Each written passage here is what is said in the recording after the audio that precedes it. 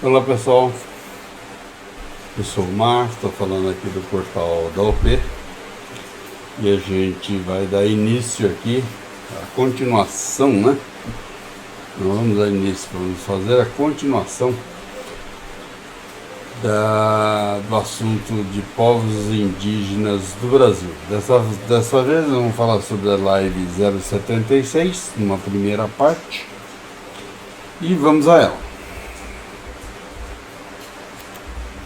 Então você pegava esse norte da Argentina, você pegava todo o Uruguai aqui, nessa parte, no Rio Grande do Sul, né? O Uruguai está aqui.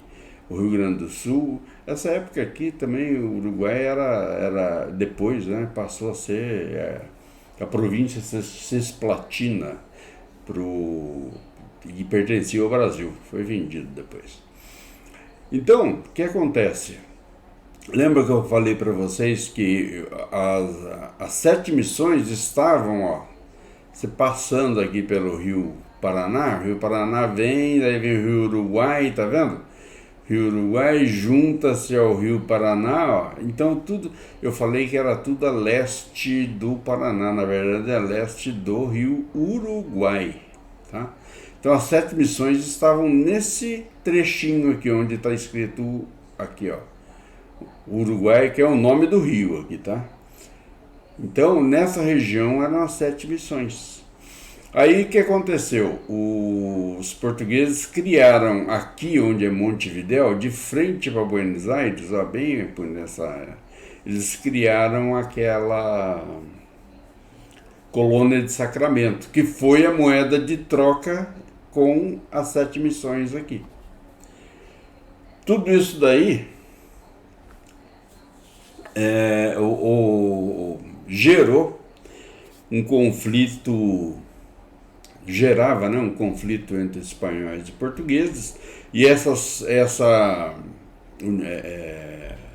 Sacramento, né, ele trocou de mãos várias vezes, né, mas daí no fim, com o Tratado de Madrid, eles entraram num acordo e as 7 missões aqui ficaram para Portugal e as demais eram espanholas. Eles tinham interesse nessas 7 missões.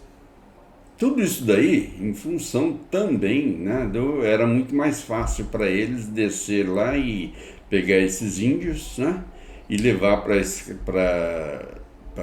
para serem escravos, pois eram os índios, além de ser dóceis tudo, eram índios já domados, cristianizados, então era muito mais fácil para ele do que guerrear.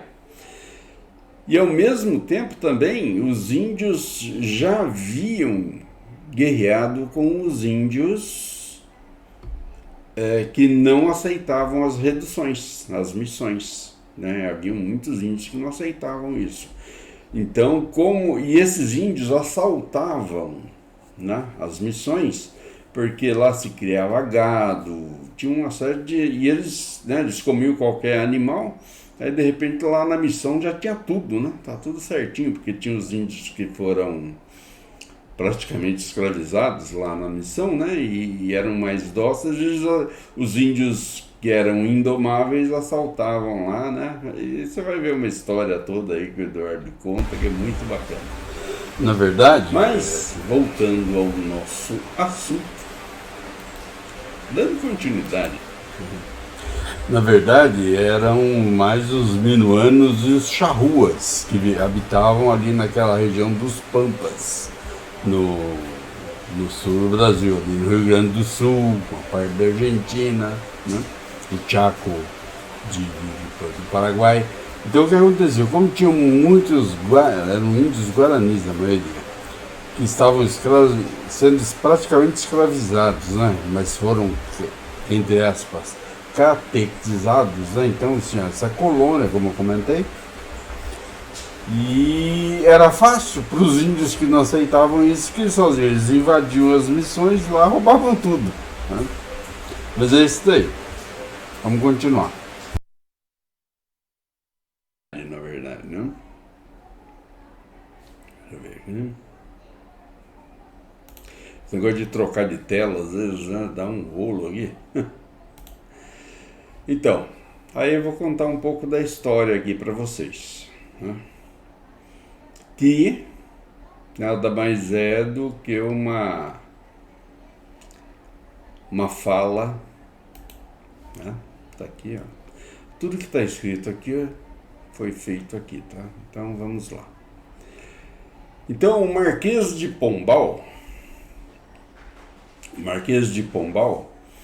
ele contrata, né, uma comissão para fazer a demarcação desses limites quando estava essa separação aí de a minha campainha, quando estava essa separação aí das missões e da colônia de Sacramento. Então, como estava cheio de problemas isso, então o que ele fez? Ele em 1750, né, ele mandou uma comissão para fazer a demarcação do tratado, né? E essa comissão, ela tinha cartógrafo, geógrafo, eu já comentei isso com vocês, né? Astrólogos, engenheiros, eram todos italianos, tá? Aí, nessas missões, né, todas eles eram todos italianos, porque na época dos grandes descobrimentos, quem financiava a maioria das viagens eram os genoveses, lá de Gênova, lá na Itália.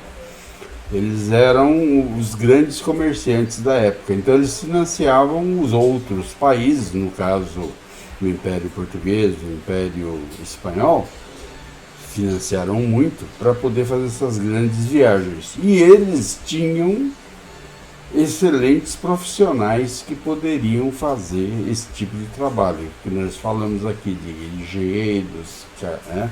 Pessoal de fazer mapas, né? Os cartógrafos, o pessoal já especializado para isso.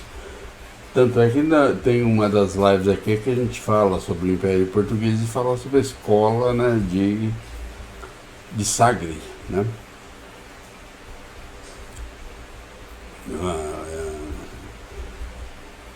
Em Portugal. Mas vamos continuar. Só para um adendo. Haviam mais de 100 mil missões, 100 missões, tá? Mas com essa guerra, com os ataques de bandeirantes que acabaram dizimando muitas das missões, né? Nesse resumo, né, em 750, tinha 30 mil indígenas que viviam em 7 missões no Rio Grande do Sul.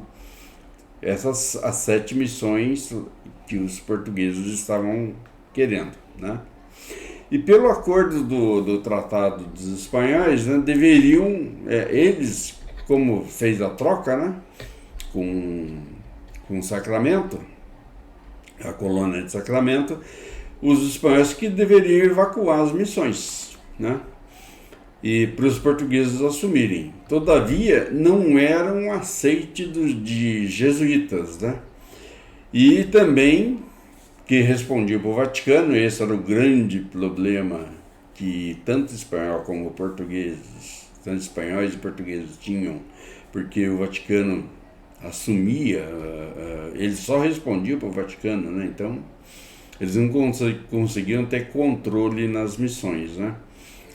E também tinha os indígenas que não queriam, né, por motivos óbvios, né? Eles tinham uma infraestrutura, né, nessas missões, e já existiam mais de 100 anos, né? Porque na verdade essas missões começaram a serem, conforme a gente já informou, né, em 1640, 1630 já começaram as missões, né?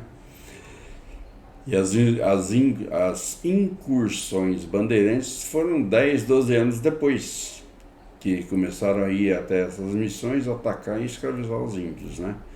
E já matavam também aqueles índios que eles encontravam por todo esse caminho, né? Eram 40 dias, se eu não me engano, para sair de São Paulo e chegar até Rio Grande do Sul andando a pé. Eles andavam em uma média de 25 a 50 quilômetros por dia, né?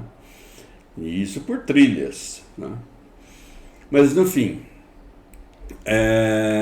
e os índios também não queriam sair de lá, porque já estavam estabilizados, né? 100 anos, são de 3 a 4 gerações, né? Então, aí em 1753, né, iniciou uma marcha de profissionais, né, para essa demarcação, que é esses profissionais, astrólogos, geógrafos e tal, né, para fazer evacuação das missões.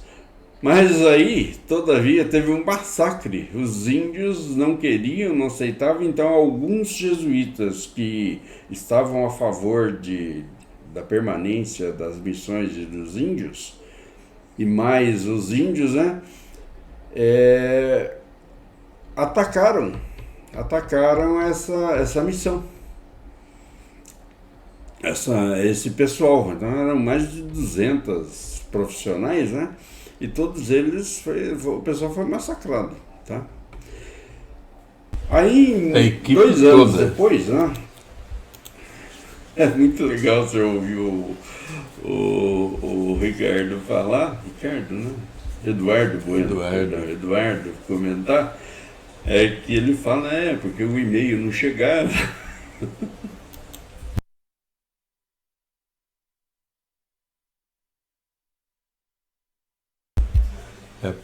A primeira parte aí da live 76, a gente vai prosseguir daqui a pouquinho, já numa segunda gravação, tá? E até já, daqui a pouquinho a gente tá de volta aí. Grande abraço, até já.